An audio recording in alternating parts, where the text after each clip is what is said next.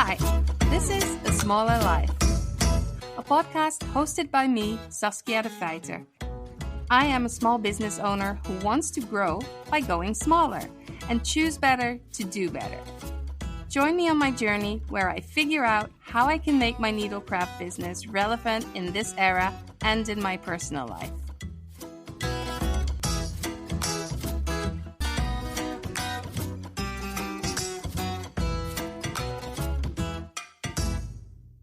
Today, I'm so excited. I'm talking to Zoe Edwards from the Check Your Threads podcast.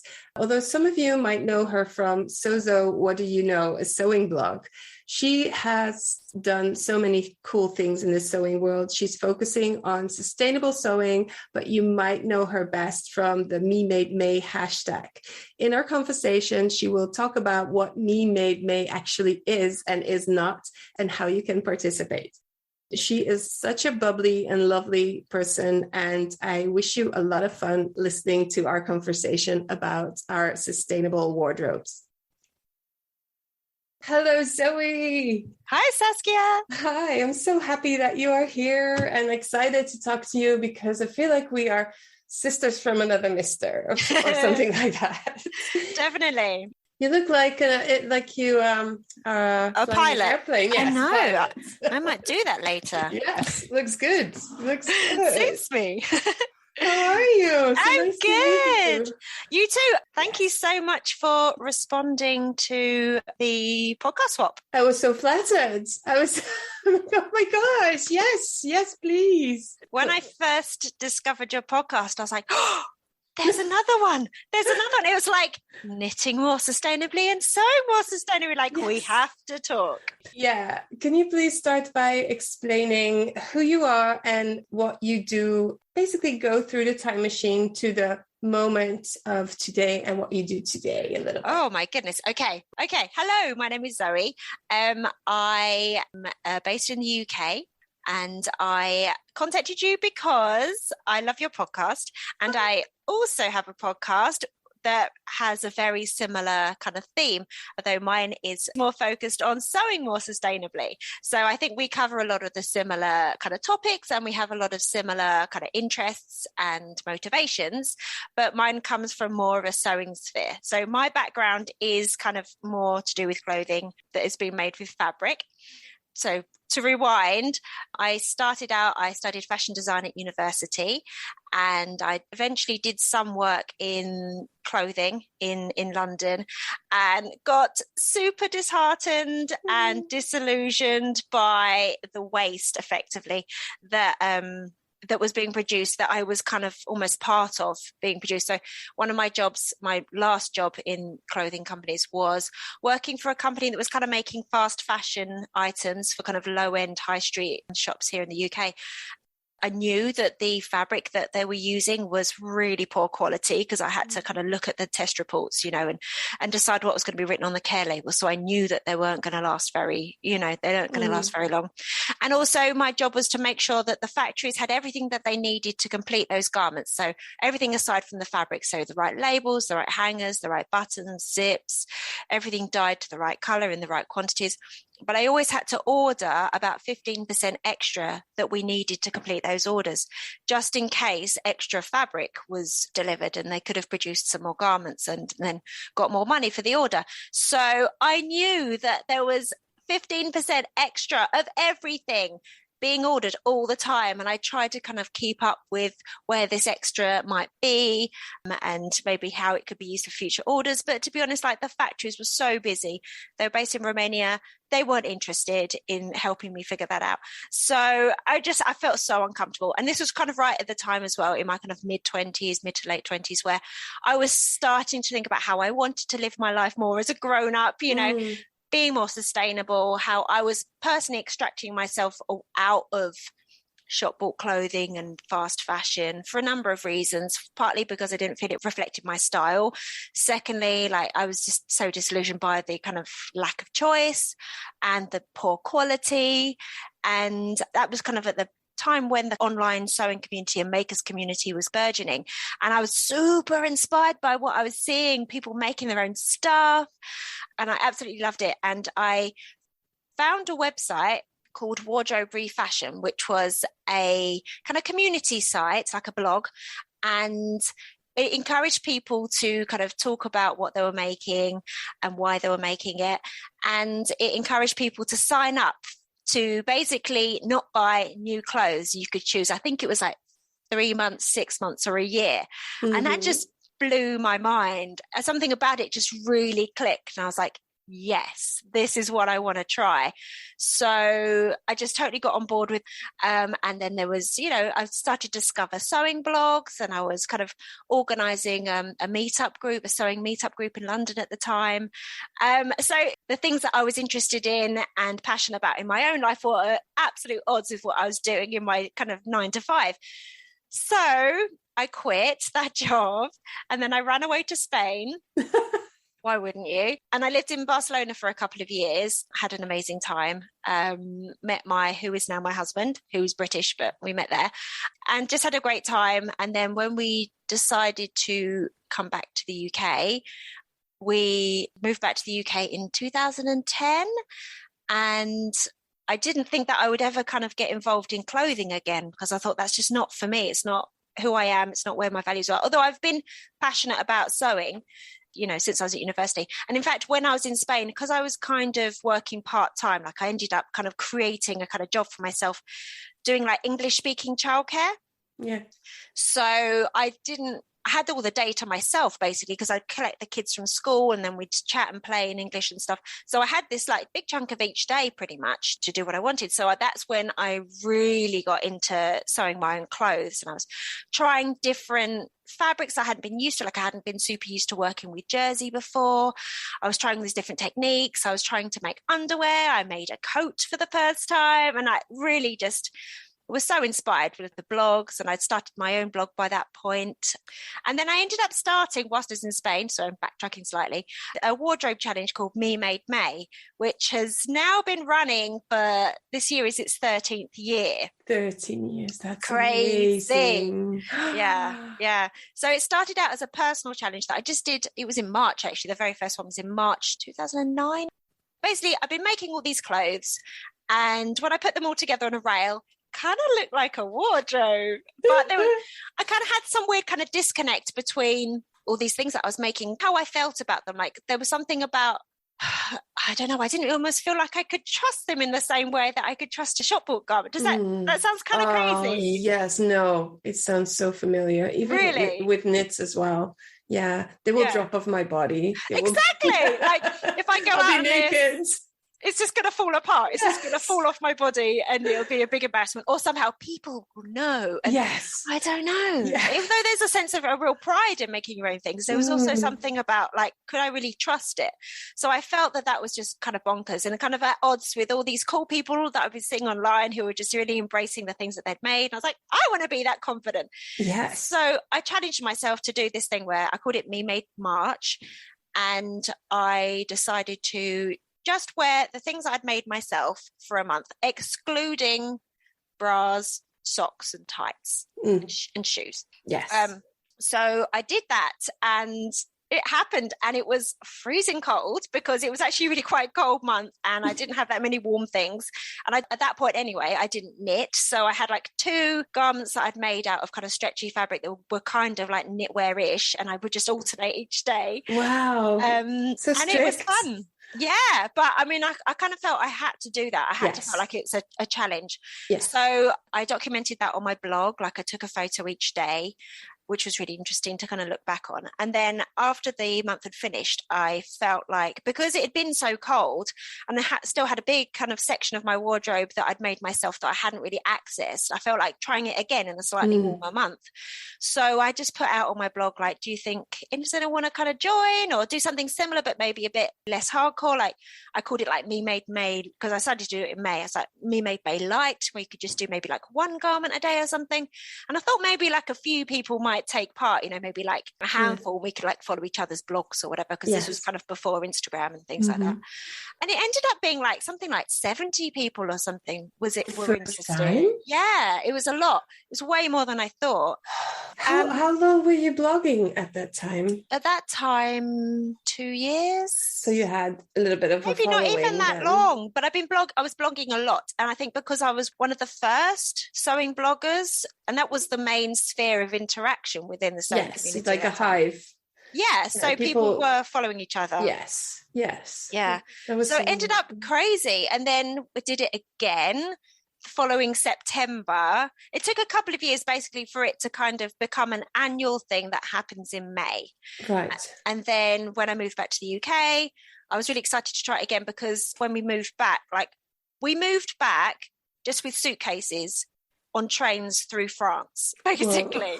So I ditched so many of my garments. I came back, I didn't even have any trousers when I first came back, because it had been summer. So it was exciting to try again. And then, so we did that again, and then it's continued.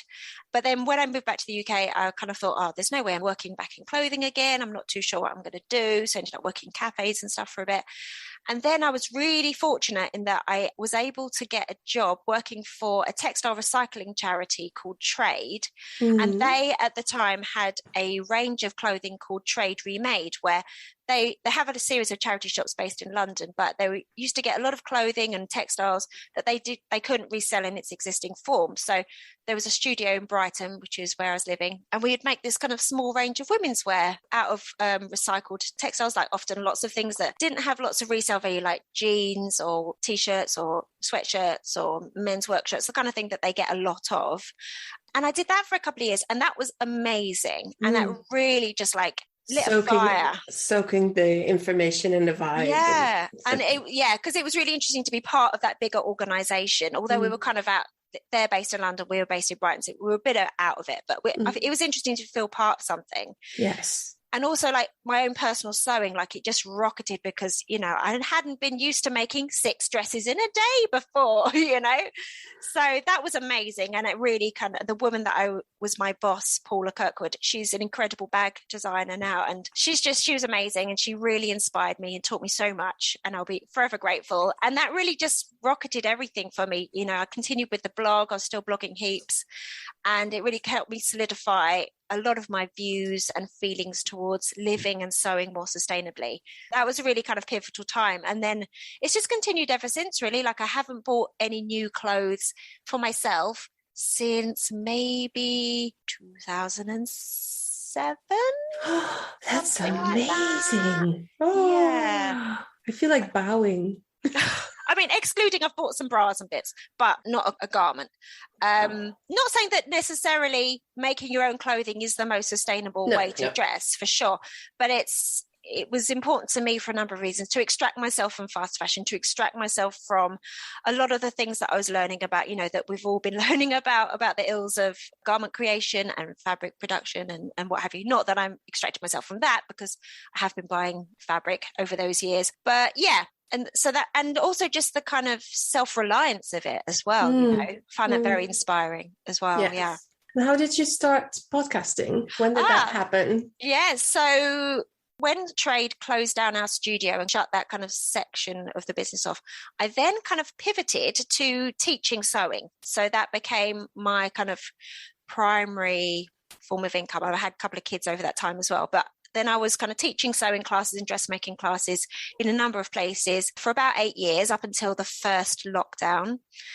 And then I was offered the opportunity to write a book. So I wrote a book called Mend It, Wear It, Love It, which is about mending, altering and caring for your garments. But I'd had this idea of a podcast kind of brewing. Like I love podcasts. Like I love them. And when I was teaching, I was often I was living on the south coast of the UK, but I was teaching in London, and I'd have many, many hours on trains to and from. So I just hoovered up podcasts, and they became a big part of my life. And a big part as well, when I was kind of parenting young children, like it was a way that I could connect with Yes. life and people, you know? Yes. Yeah. While on the go, while schlepping things around. And Exactly. Yes. It became a big part of how I connected with the world and how I kind of looked after my mental health in that time as well. Yeah. And through lockdown as well, you know, when everything was so scary and so isolated and we were just trapped in our tiny little boxes, they were even more important. And I just felt like it's an exciting, it's because blogging has kind of gone, I mean, I've continued to blog, but it's certainly not like the main venue for the interaction of the online making community, you know. So I was just excited to try a new sphere, a new kind of venue of communication, really, and to have some conversations. I think that's as well another thing about blogging and also Instagram to a certain extent, like there's a lot of broadcasting, there's not a lot of conversation, and it's harder to have those longer form back and forth, and you can't just dig in. It's just you're sending something, the reaction might or might not come, but it usually ends there. So it's not a real conversation. And obviously with podcasting, it's a large part of that is that too.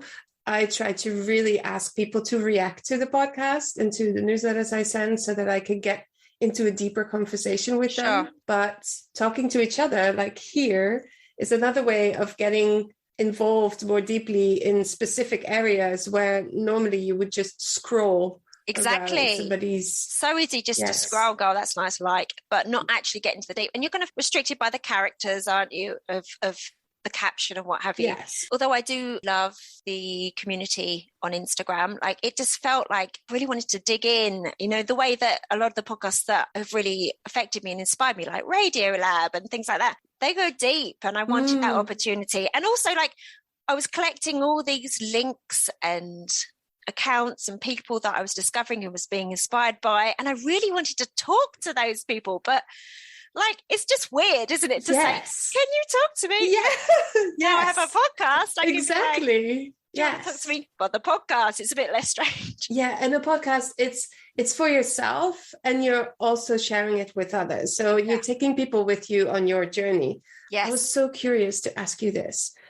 How much imposter syndrome do you have as a podcaster? Do you have any of that? Because when you talk about what your timeline has been like, you've gained a lot of insights. So you actually know a lot of things about the fast fashion industry. Yeah, I definitely feel imposter syndrome sometimes. I think surrounded, because my podcast is weekly. So I also have a part-time job. I work for a fabric company 2 days a week, and I have children that need to be collected from school at like 2:30, 3 o'clock. So I only have about 3 kind of part-time days to do it. And it's like I don't really have time, I feel, to fully like overthink. I just have to just put stuff out there, and I do it to the best of my ability. Yeah. But I don't have the time to really craft and hone. Like I do my own editing. You know how long that takes. I know. So Thank long. you, Ali, for editing my podcast. Thank you. So I guess sometimes I feel like, sometimes I listen back to some of my messages and think, there's another point I could have made there. Or sometimes I listen back and I think, that could have been a couple of episodes. Maybe I put too much in that. But I mean, we're always learning, aren't we? Nothing is perfect. And it's all about taking messy action, because if you don't, it's not going to happen, at least not for me. Yes, definitely. Yes. That's it. Just getting it done, getting it out there. I think something that I found quite inspiring was, have you heard of the podcast A Beautiful Mess? They were a blog, they still are a blog, very successful US kind of lifestyle blog. Yes, it's coming back now. They used to have an app for... a color story. Yes, exactly. So when I was thinking like, I want to do this, they had started up a little podcast course, an e-course, which I bought. And they were just talking about how you just got to get it out there. Yeah, and I was like, yes, I do just have to get it out there, because you can hone it as you go. If it's not out there, like, what is the point? You know, you're not affecting anything. You're not connecting with anyone if it doesn't exist. Exactly. Yeah, that's the way I feel like it too. But sometimes I really have to like take a deep breath and just do it, but it's also kind of a muscle you can grow. Like you can get used to that. The nervous feeling becomes an exciting feeling. Like I was nervous talking to you, and I know you're a nice person, and I know I have nothing to worry about, and I know I can make words, and I have the questions in front of me, so things will be fine. But I'm always a little bit nervous. Me too. I always have to do some real breathing before I start a call.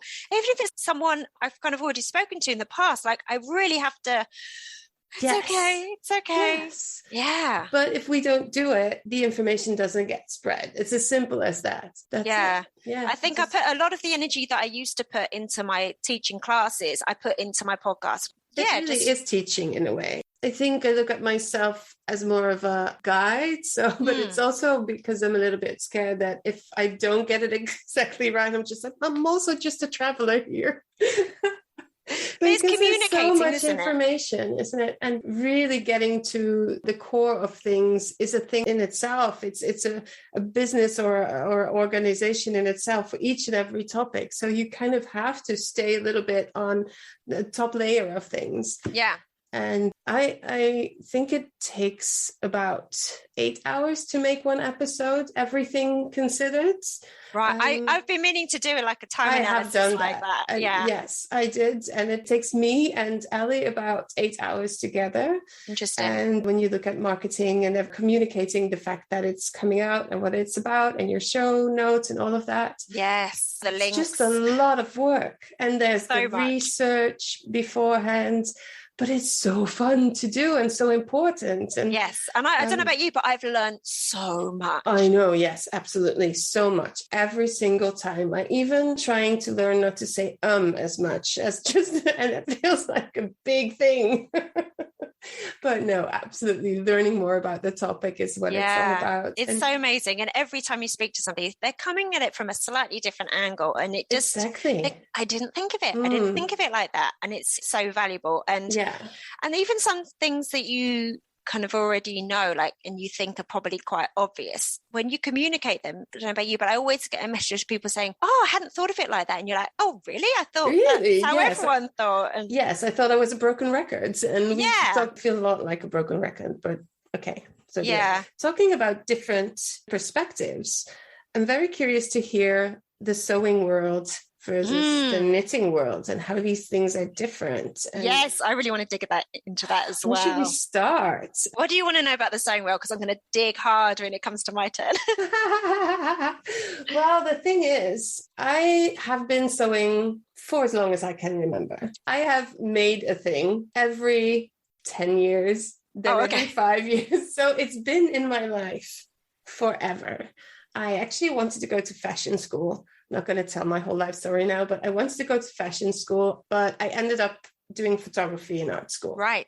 But I definitely had a love for fashion from early on. I wanted to make my own things and be the master of my own taste. And it was more about taste for a long time. But when I was in my 20s, I thought things should be different. Things could be a little bit more thoughtful. And then doing yoga, starting to eat organic, then becoming a vegetarian. And that life path has moved me into more of these different areas in my life where I'm more careful about my choices. And I really have loved knitting since I was a child. And so knitting was the first thing that I started doing. So sewing has become more serious for me, I think 10 years ago when I took a basic course. Right. And this is basically the whole topic that is most important to me.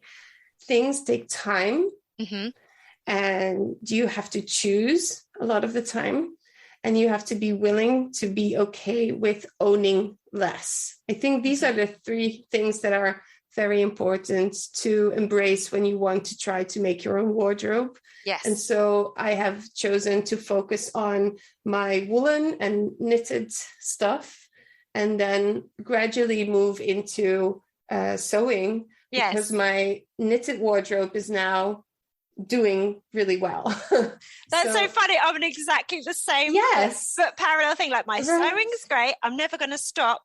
But like I need some warm things. So now I've been doing some knitting. That's so funny. And Then I started an online community, and in this community, we're focusing on building your conscious wardrobe. And the focus is mainly on knitting. But as we grew and as people started to communicate with each other about the things that they make, lots of people also sew. And especially because I think this is where we need to start. Ad break. If you want to join Me Made May in a small, stress-free and caring group of people so you can really reflect and get support, join our Jawohl online community via smallerlife.com and click on community in the menu. Also, just quickly wanted to say, if you feel inspired by this episode, please share it with a friend. We are not on social media anymore, so I rely on happy listeners to spread the message organically. Thank you so much. And also a big thank you to Lotte and Emily, who left me a voice message on the website. That was awesome. I got some amazing tips. Please share your ideas and feedback via the button on the show notes page. I love hearing your voices. Lots of people also sew, and especially because I think this is where we need to start. So I think about 15, 16 years ago, there's this whole group of people that started to get into crafting, whether it was sewing or knitting or whatever. And this group is now become, proficient?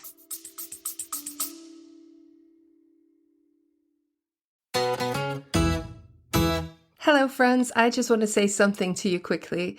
So if you're liking the podcast, if you're liking what I'm talking about, consider joining the mailing list. I have bi-weekly updates on the podcast and or business insights and tips. The occasional exercise to get you ahead. If you want to actually talk to other business owners about the things that I talk about here on the podcast, why not become a Jawohl community member for as little as €8.50 a month? That's like buying me coffee and a croissant. But don't do it for me though. Do it for yourself, because I promise that you will get something out of it, either the emails and or the community. So you can either go to the show notes or sign up through jawohl.myflowdesk.com/pattern shift. I hope you'll join us.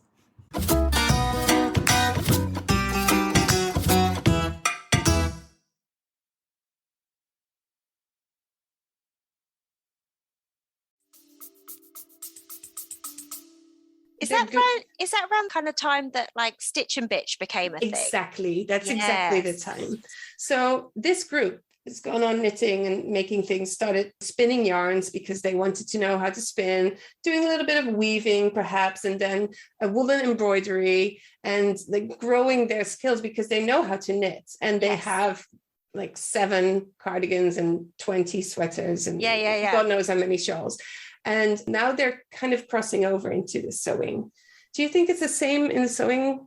I really do. I really do. I think if you're, it's very rare, I think, that there's somebody who's interested in just one kind of crafty discipline. That's why sometimes on my podcast, I do ask people like, what else do you do? Because it's rarely like, oh no, I just sew, you know, it's like, oh, I'm also interested in knitting. I'm also interested in like upcycling, refashioning, or something even completely different. But I think, if you've got a creative aspect to your personality, like it's definitely, you'd have to be quite a narrow-minded person, I'd say, to just stick within one little box. So I would definitely say, there's a lot of people, for example, during Me Made May, a lot of people will also include self-knitted or crocheted items. Basically, you choose your own pledge depending on what your own personal goals are and where you're at with your handmade wardrobe.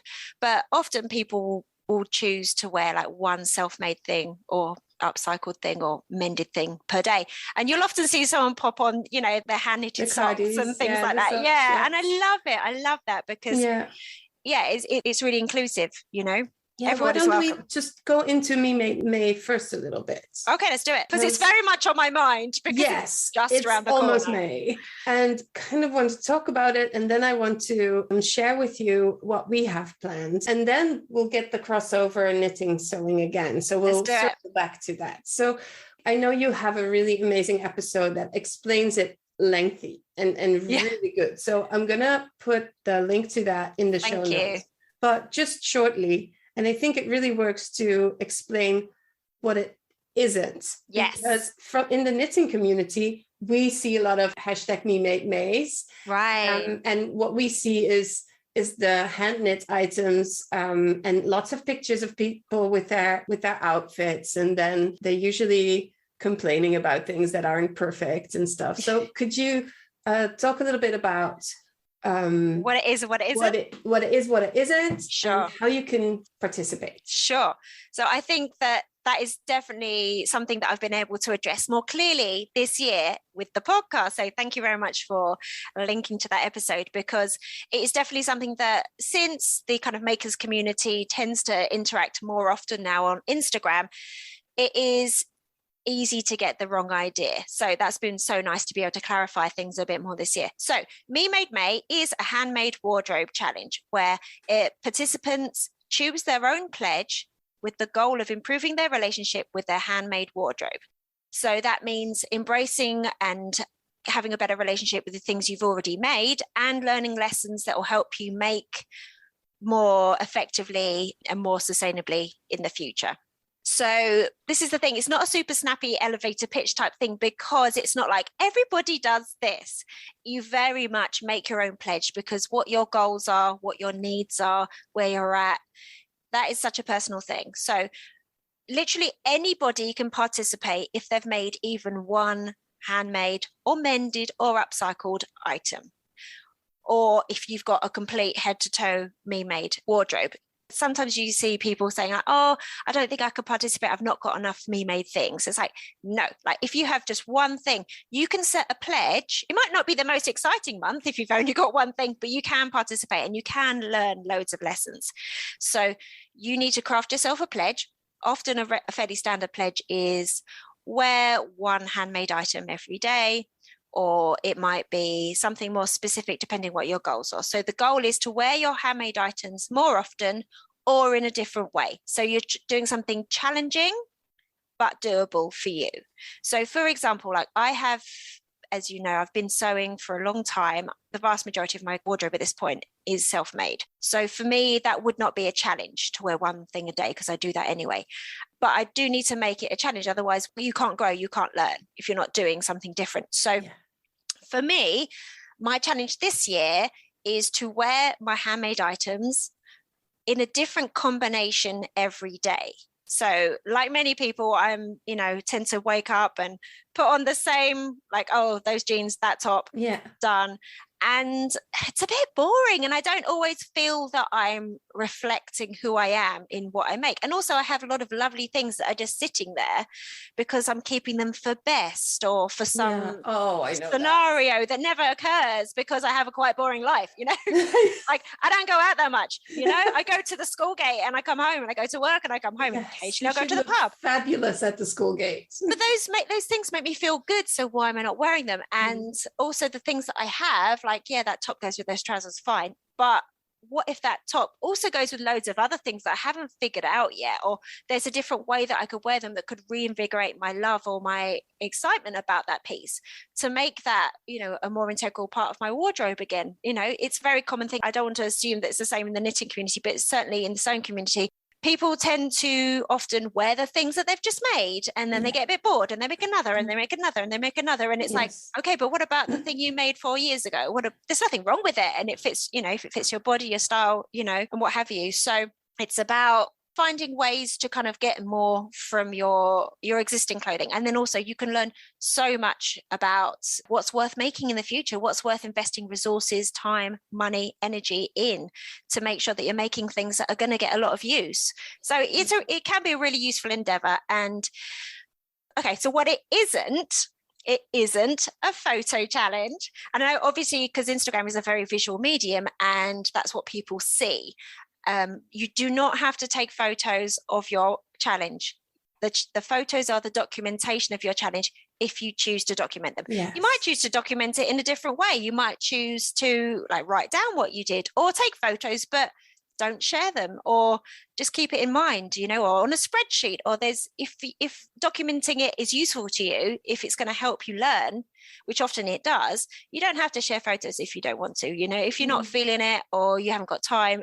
don't use that as a stick to beat yourself with. Right. It's not the challenge, it's the That documentation. happens so much, doesn't it, on social media, where something starts as a good thing to become aware. And then if people don't know how they can make it work for themselves to become self-aware, it can turn the other way. And they'll be like all apologetic. Oh, I made this, but it's not well made, or I don't look good in it, or It makes me so sad. And I do think it's a particularly female trait as well. I do too. Which makes me so annoyed. Me too. So I always try and challenge that whenever I see someone say that, oh, I didn't do photos. So you've got a life. Good for you. Right. I'm glad you were too busy to take a photo. Good. Yes. And don't we have to say it? We have to say this so much out loud, because I've learned a lot over the years. But being around female identifying people that craft and that do something with adorning their bodies is something that can be so emotional and so hard for people. They have to grow and find themselves. And it's so necessary for us as people that use our voice on the internet and in the world to really promote all the good things about it. And really, it's even hard to find words for it, because it's so emotional for me. And I feel it's so sad that so many people struggle with their bodies and looking at themselves as they really deserve well-made, beautiful clothes that are comfortable and and reflect yourself as well. Exactly, who you are. Exactly. Yes. So maybe we can help you do that. Exactly. Yes. And so you were talking about what it is not. What it isn't. So it is not a photo challenge. It is not a reason to make loads of new stuff. It is absolutely, often you see, because people do sometimes get the wrong idea of what it is. You do see people kind of on the run up to me may say, oh, I need to just quickly make a few more t-shirts because I haven't got enough. Like, no, you do not need to make anything else. If you feel like you need to make stuff, then your challenge isn't right for you. You've not set your pledge correctly, because it needs to be challenging but doable. If you suddenly have to panic sew a bunch of stuff, then you've made your challenge too hard. You need to make it work for what you've got. And it's about focusing on what you've made. Like, it's made in the past tense, You've made these things. You don't need to make anything. The exception that I would say to that, though, however, so I had a podcast episode recently where I was talking to previous guest Rebecca Evans-Merritt, and she uses Me Made May every year to focus on making one thing that she's already figured out would be of use to her.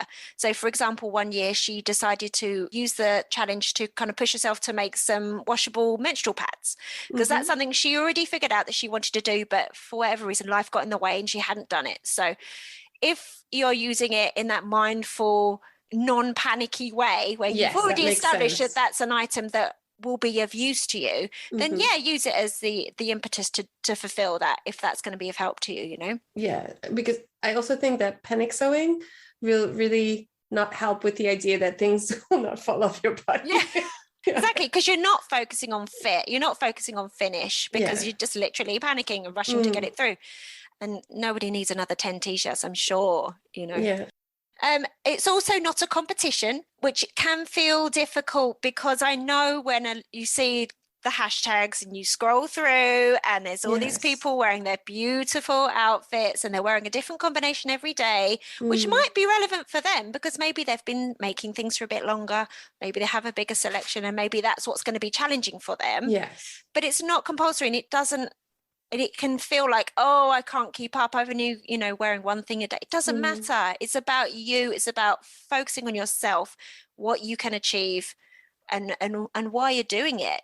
So sometimes it's best probably maybe not even to follow that hashtag. Like if it's not filling you with inspiration, if it's making you feel a bit negative, then don't do it. Just focus on yourself. Like I find Instagram can be a bit overwhelming sometimes in May, so I try and just look through and the things that I'm drawn to, like say for inspiration, try and read some of the interesting things that people are having to say about it, but really just using it as enjoying the celebration aspect of the challenge through the online sewing community or making community. But it's about you, it's about your challenge. You don't even really need social media. No, not at all. Not at all. Yeah, just do it for yourself. And if you do want a little bit of feedback, you can also talk to one or two friends and have a small group and do it with them if you feel overwhelmed on social media. Completely. Yeah. And I think also because the hashtag has got so ridiculously large now, there are like thousands and thousands of posts on there. There are some kind of more sub communities as well. So if you are an Instagram user or social media user, you can find smaller communities within that. Like I know that the So Over 50 community, they are kind of focusing on Me Made May in their way. So it can be more manageable maybe if you focus on sort of certain aspects or certain kind of, like sub communities almost, if you want to. But completely, you do not need any social media in your life to participate and to get everything from the challenge whatsoever. Yeah. So, and also Me Made May is not about having a lot of handmade items. You can literally participate if you have just one single item. It's about setting a pledge that is doable but challenging for where you are and where you're at. So for example, if you have just like one item, can you wear that in a different way each time you wear it, like to learn how to make the most of it? Or can you make a note each day of what you wish you had? Or, what maybe you could think about, like what colors you wish were in your wardrobe more, or what textures, what fibers and what fabrics, or what feel of garments you enjoy the most. So you can use that information to inform your making in the future. So there's lots of different ways you can play it, even if you haven't been making things for very long.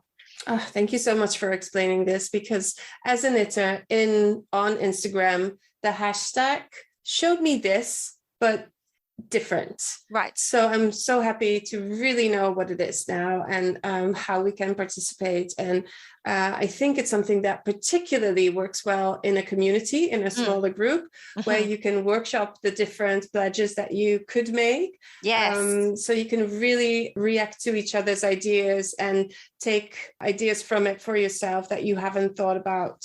And that's what we are going to do in the Jawohl community. Wonderful. Yes, because last month we did a conscious closet check. Right. So we basically took everything out of our closets and looked at what we wanted to keep. I really enjoyed that episode, by the way. Really? I really enjoyed that episode. Yeah, I was good. Like, yes to everything you said. I loved it. So good. Thank you. And I've done this for a couple of years now, starting 5 years ago when I just read Marie Kondo's book, and I got rid of so many things.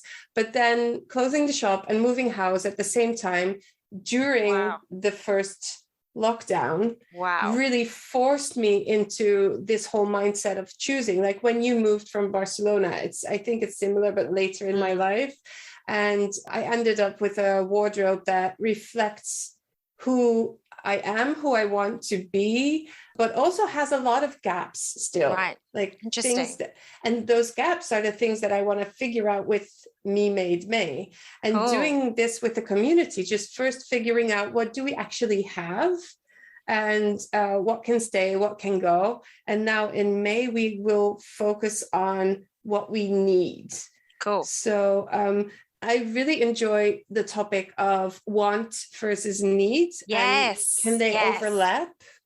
And I think lots of people are not in that spot where they know that making things for themselves can be exactly what they want, even more than shopping in shops. Yes. Because if you go through this journey of figuring out who you are, what your style is, what looks good on your body, then you can get so close to what reflects not your shape alone, but your values and I don't know, the colors that you love, everything. Yeah, because literally to make a garment come into the world, you have to make multiple decisions. You cannot make those decisions. So to do so mindfully, because I haven't bought clothes for a long time, but there was always one thing I didn't like about every garment. Maybe the fit was a bit off, or maybe the fabric wasn't exactly the thing, or the sleeve length wasn't quite right, or I didn't like the buttons. There was always something that I like this garment, but it's not. But you've got so much control when you make your own things, and you have to have that control because otherwise it won't be, will it? Like you have to decide what color, what fiber,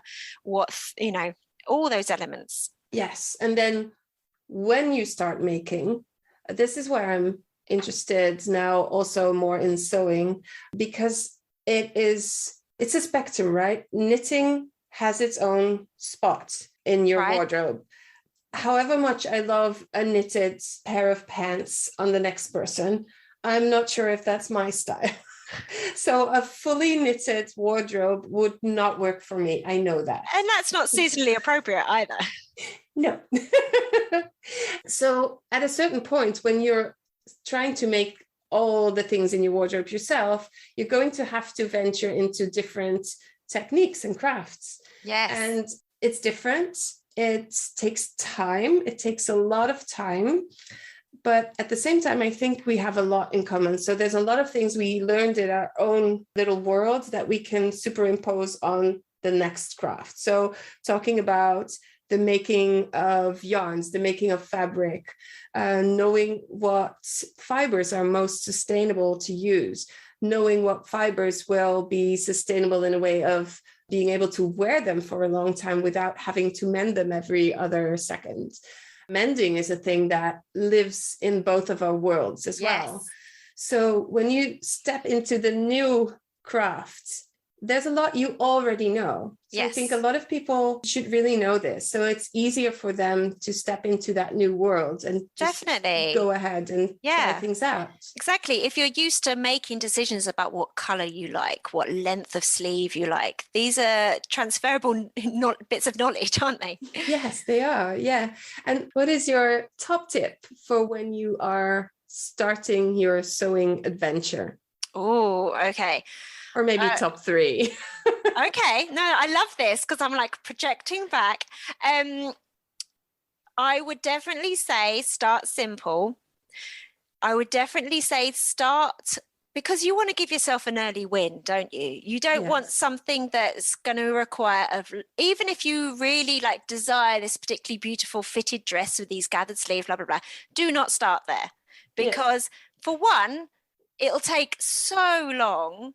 Two, there's so many hurdles in that, and there's so many kind of points to learn from that it's going to feel so overwhelming.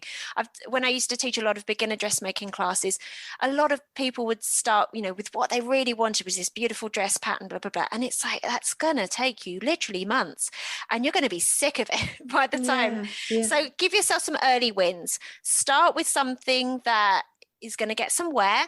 I would definitely start with something that you're not going to have too many fit issues. So something like a boxy t-shirt, something like a simple skirt, something like pajama bottoms, something that you can choose a fabric that you really love, that's going to give you the motivation to kind of actually wear it when it's done. Yes. I know that a lot of people are often quite scared to cut into lovely fabric and think, oh, I'll just get the cheap rubbish stuff to start with, but you don't want to wear that, and it's not inspiring. Like I will now not make myself a garment if it's not fabric I'm in love with, because it's just the whole thing is meh. So the making is the meh. Having it in my wardrobe is meh. Putting it on my body is meh. No, thank you. No, we've come too far to feel meh.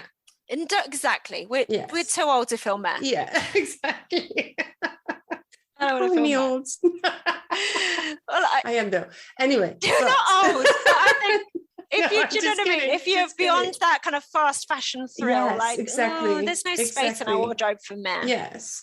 So start simple.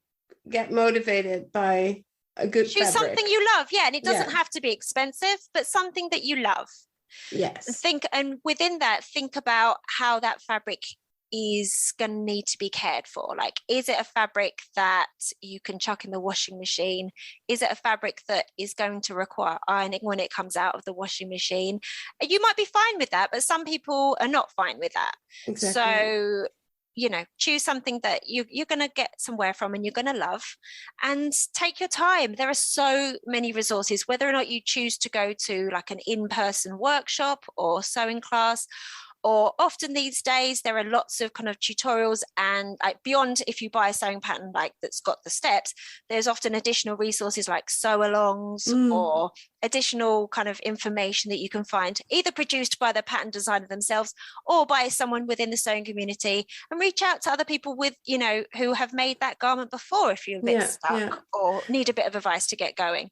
Yeah, and I think that's another advantage of being a knitter. Then you already know how you learn best. Yes. So you already have experience in, I learn from books, or it's okay to have just a video, or I need some accountability from a group, or I need to be able to go to a place and actually show somebody what I'm doing. And or a combination of above. Exactly. Yes. And I think those are amazing tips. But just remember as well, it's just fabric. There is more fabric. Like, yes, we don't want to waste resources. We absolutely do not want to waste resources. But when you're beginning, not every project's going to be a win. It really isn't. And often, even if it's not a win, you can start quilting. You can, there's so many things you can do. There's so many projects that you can do to reclaim that fabric, use it again in a different way, or pass it on if the garment, it's fine, but it just doesn't fit you, or what have you. There is, it's not the same as like unraveling a jumper and literally starting again with the yarn. It's not quite as, back to basics as that, but there is things you can do with that fabric going forward. I think seamstresses, sewists, what do you say? Sewists or sewers, I personally say. I think sewists are they more brave, because we can actually unravel.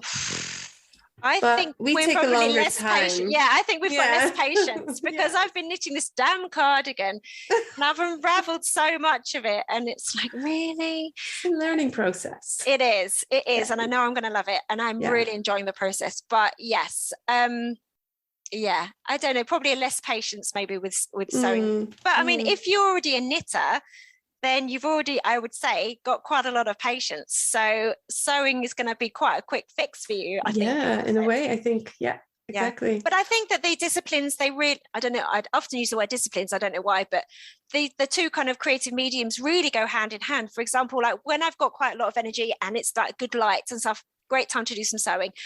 When I'm not feeling so great, or when it's darker, or, it's in the evening, or I want to watch a program as well, knitting is ideal. Like I love having both those things. Yes, and you can take knitting away with you on a holiday or a day out, and when you need your time in your separate space or whatever, then sewing could be something that's so meditative.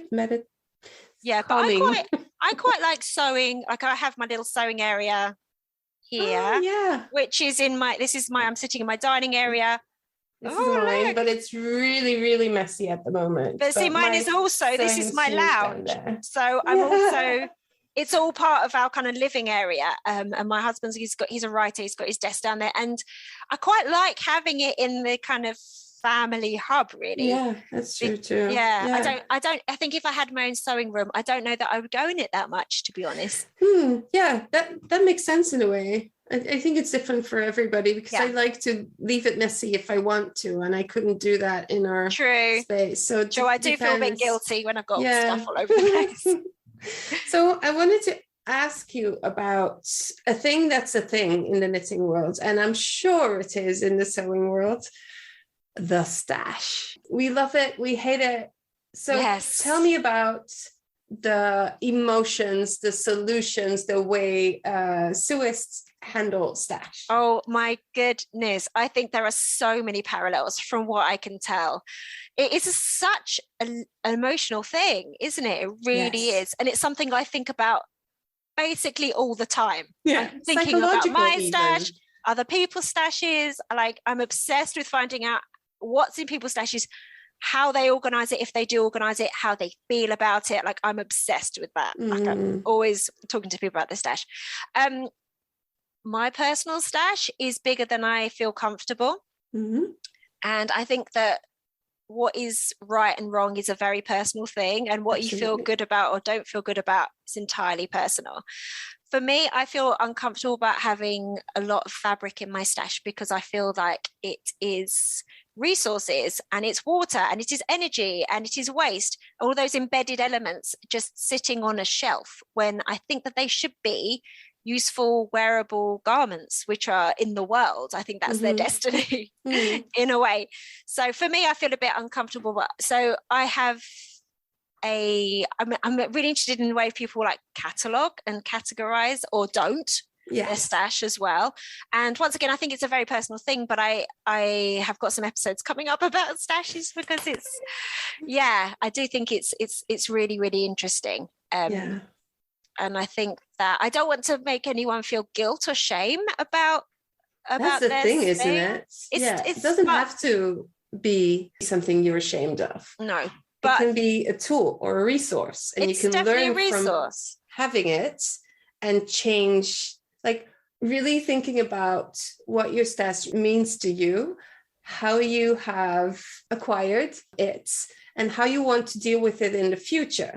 I mean, it doesn't have to be, oh my gosh, I have too much yarn or fabric, I will never be able to ... You can really make this into a learning opportunity and use it to your advantage. Yes, definitely. And I am a massive fan of fabric swaps or yarn swaps, Yes. of passing things on, selling. You don't have to have it forever because you once spent some money on it and you therefore owe it anything. You can move it on. Like if it turns out it's no longer your style or it wasn't suitable for the project you had in mind, you just change your mind on it. That's fine. You can swap it for something you love. You can put it out there. If you know somebody that's beginning sewing or knitting, like they will be so happy to receive that potentially. If it's their color or their style or what have you. So yeah. And again, that's where community comes back into sewing, knitting. You can do that by yourself, but it's so valuable to have people around you that think about things the same way and are open to these kinds of things to really grow into making your conscious wardrobe. Yeah. And with a stash, I'm always also talking about businesses in our world. And I love to say to people, start from stash.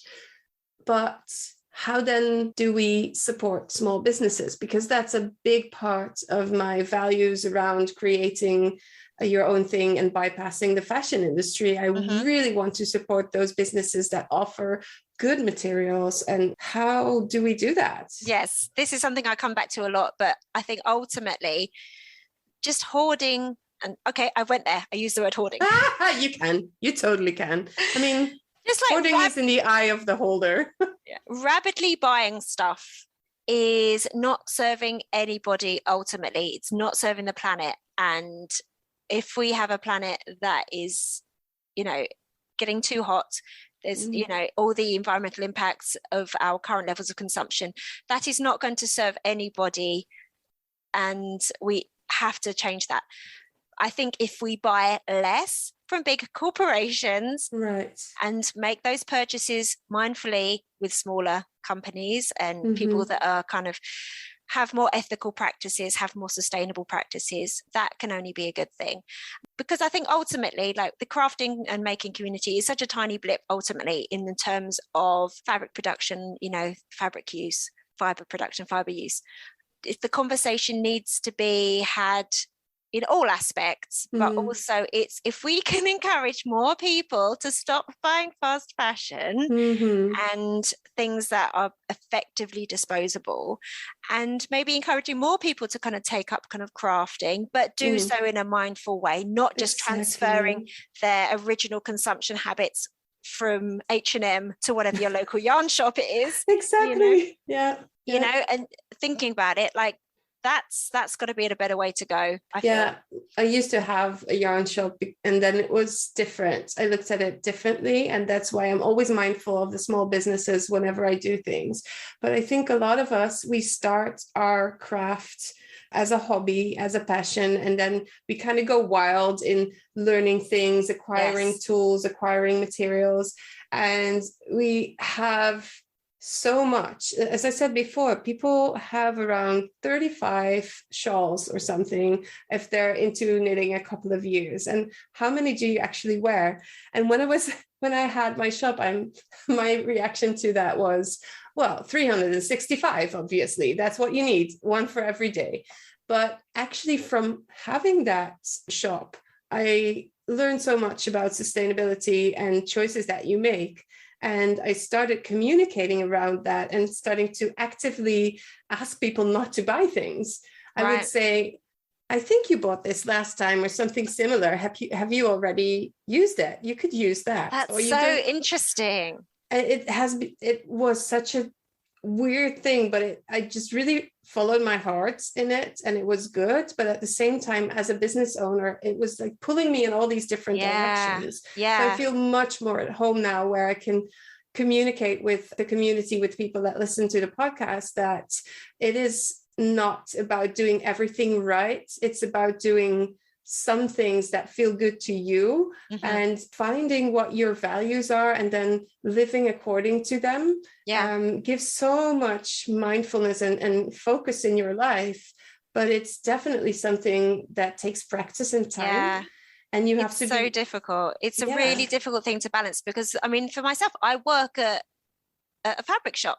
Like, a lot of what I'm saying in my podcast is, let's not buy so much fabric. So I'm effectively, what I'm saying, like, I'm doing myself out of a job. Like, it's tricky. It's a balance. And I don't have the answers. I don't claim to have the answers, but all I know is we cannot just rapidly keep consuming in all aspects of our life at the level that we are. Exactly. And just transferring those kind of fast fashion mentality and that kind of, rabid consumption to fabric and everything else. And that's one of the reasons why I chose on the podcast not to have ads, because I didn't genuinely feel that I could.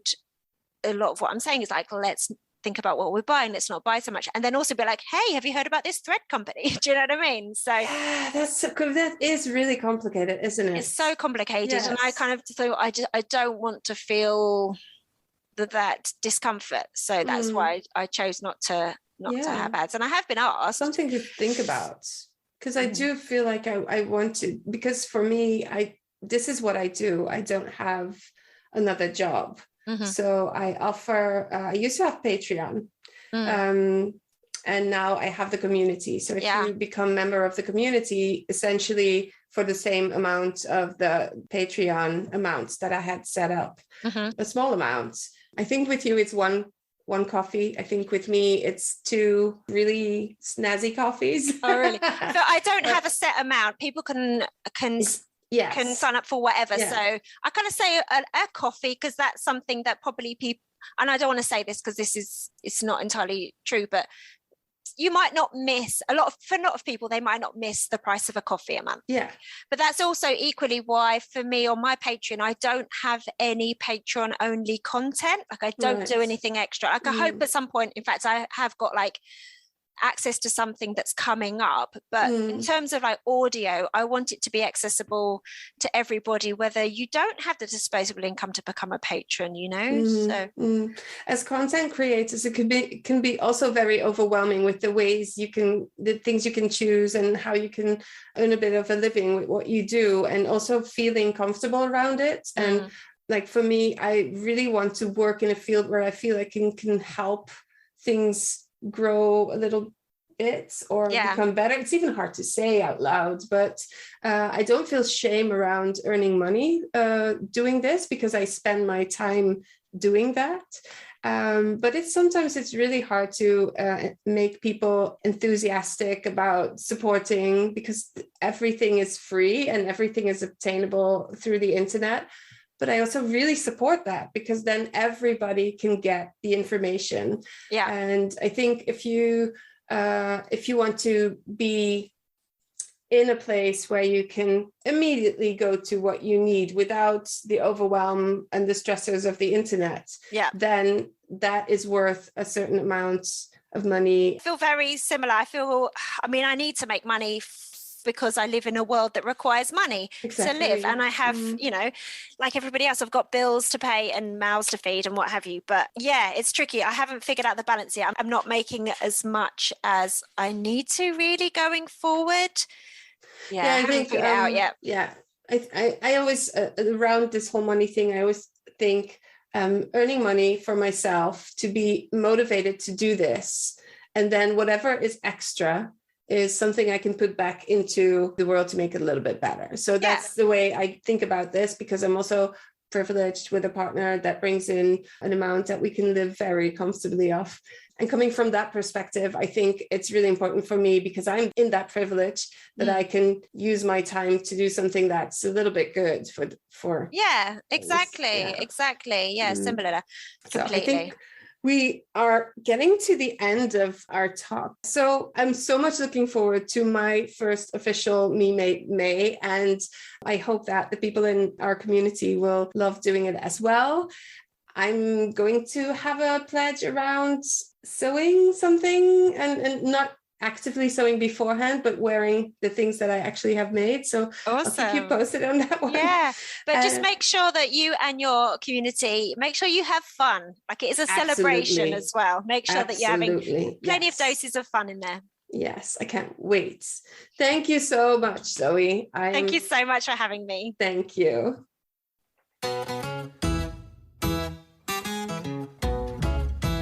That was such a fun conversation with Zoe. I feel like the sewing world and the knitting world have so much in common, and it only makes sense that we start to kind of go into each other's worlds and try to make the whole wardrobe with knitted, crocheted, and sewn clothes as well. If you want to hear more about this topic and hear me and Zoe talk, keep an eye out on her podcast, Check Your Threads, because I'm going to be her guest in a little while.